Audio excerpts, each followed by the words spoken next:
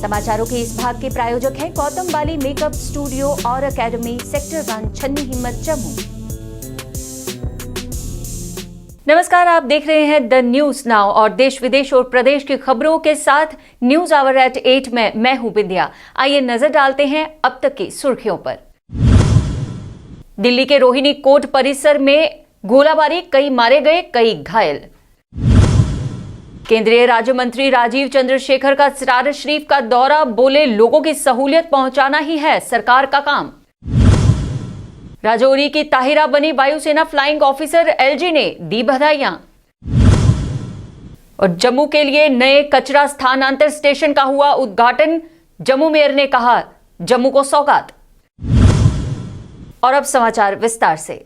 दिल्ली के रोहिणी कोर्ट परिसर में हुई गोलाबारी में आज कई लोगों के मारे जाने की खबर आ रही है। मरने वालों में 2 हमलावर भी शामिल हैं जो वकीलों के वेश में अदालत परिसर में दाखिल हुए थे। रिपोर्ट्स के मुताबिक एक गैंगस्टर जितेंद्र गोगी की कथित तौर पर गोली मारकर हत्या कर दी गई। गोगी को रोहिणी कोर्ट में पेश किया जा रहा था जब वकीलों के वेश में प्रतिद्वंदी गिरोह के सशस्त्र सदस्यों ने गोलियां चला दी। एक महिला वकील को भी चोट आई है। गोलीबारी में 30 से ज्यादा राउंड गोलियां चली हैं। कुख्यात गैंगस्टर गोगोई को करीब 2 साल पहले हरियाणा के गुड़गांव से गिरफ्तार किया गया था।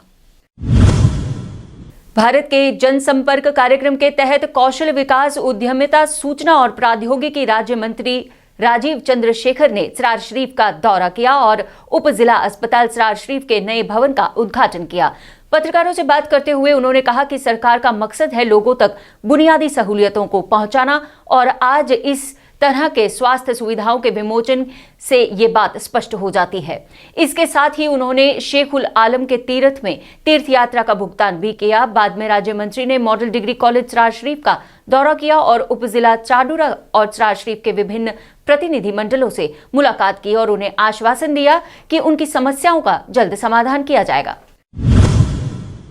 लेफ्टिनेंट गवर्नर जम्मू और कश्मीर मनोज सिन्हा ने आज भारतीय वायुसेना में फ्लाइंग ऑफिसर के लिए चुने गए राजौरी की धरती की बेटी ताहिरा रहमान को बधाई देते हुए कहा कि ये बड़े गर्व और खुशी की बात है। उन्हें भविष्य के प्रयास के लिए शुभकामनाएं देते हुए एलजी ने कहा कि ताहिरा कई युवाओं, लड़कियों के लिए प्रेरणा है, खासतौर पर जम्मू कश्मीर की लड़कियों के लिए।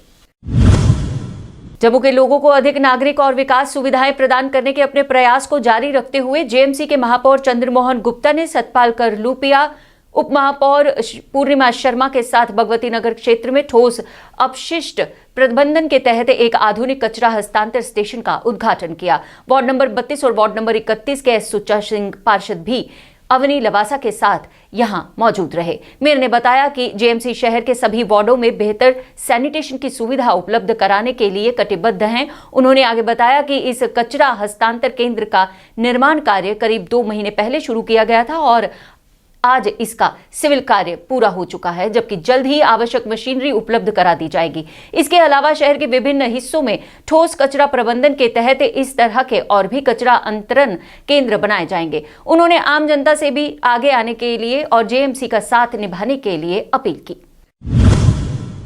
जम्मू कश्मीर ट्रांसपोर्ट कमेटी ने आज टीएस वजीर हत्या मामले की फास्ट ट्रैक जांच की मांग की, क्योंकि उन्होंने कहा कि 40 वर्षों तक ट्रांसपोर्टरों के लिए टीएस वजीर ने काम किया था और ये भी आरोप लगाया कि टीएस वजीर गुरुद्वारा प्रबंधक समिति के संस्थापक भी थे। इस बात की पूरी संभावना है कि वजीर की हत्या में समिति का विरोध करने वालों की संलिप्तता भी हो सकती है। वार्ड नंबर 41 के सूर्या विहार गली नंबर 22 में पूर्व मंत्री एवं विधायक सच शर्मा एवं स्थानीय पार्षद संजय कुमार बड़ू ने 10 लाख की लागत से गली में नालियों का निर्माण कार्य शुरू करवाया है। इस मौके पर भाजपा मंडल अध्यक्ष केशव चोपड़ा, जिला महामंत्री राकेश गुप्ता एवं वार्ड के सभी प्रमुख नेता कार्यकर्ता उपस्थित थे।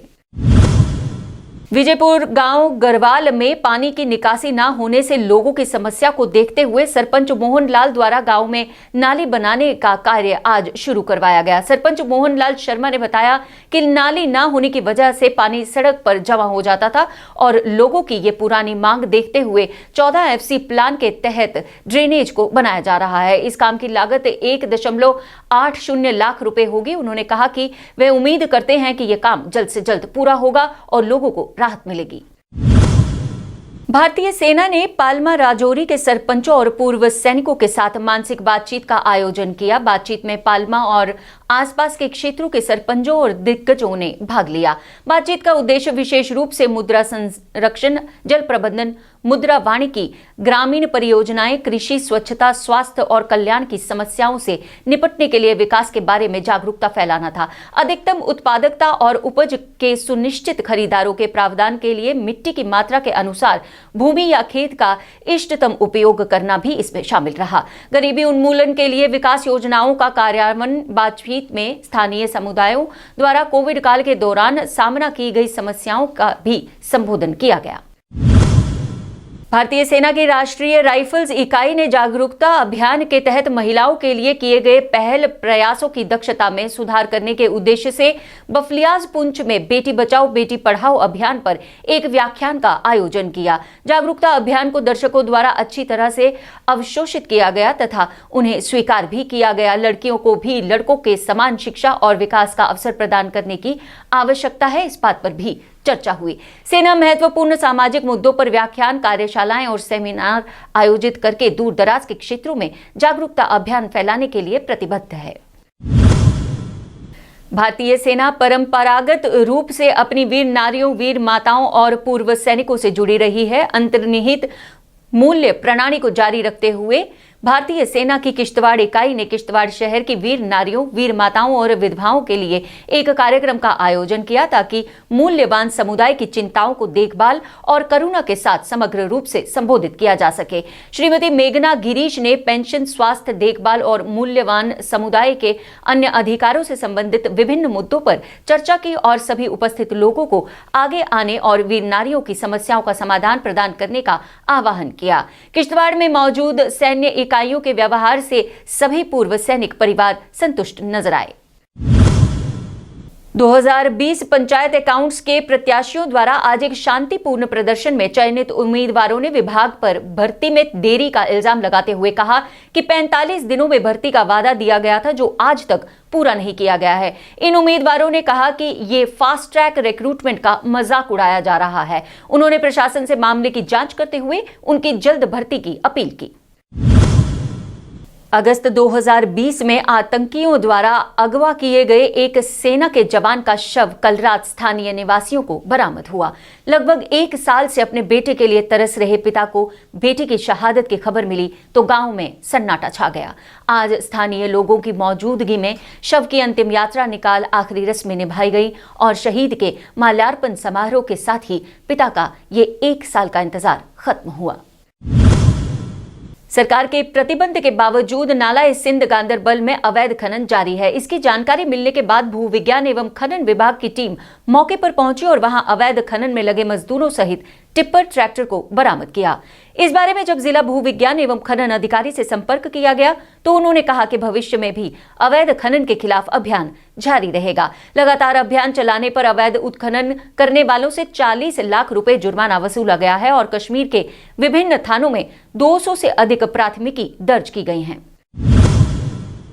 मध्य कश्मीर के गांदरबल जिले के पोशकर कंगन इलाके में भूस्खलन के कारण घर में जलभराव की वजह से एक घर क्षतिग्रस्त हो गया। हालांकि परिवार सुरक्षित है लेकिन उनके घर और सामान को काफी नुकसान पहुंचा है। परिवार प्रशासन और सरपंचों और पंचों पर वास्तव में उग्र है क्योंकि उन्होंने कहा कि बार बार फोन करने के बाद भी कोई भी मौके पर उपस्थित नहीं हुआ। उन्होंने एलजी मनोज सिन्हा और डीसी गांदरबल से उनकी मदद करने की गुहार लगाई।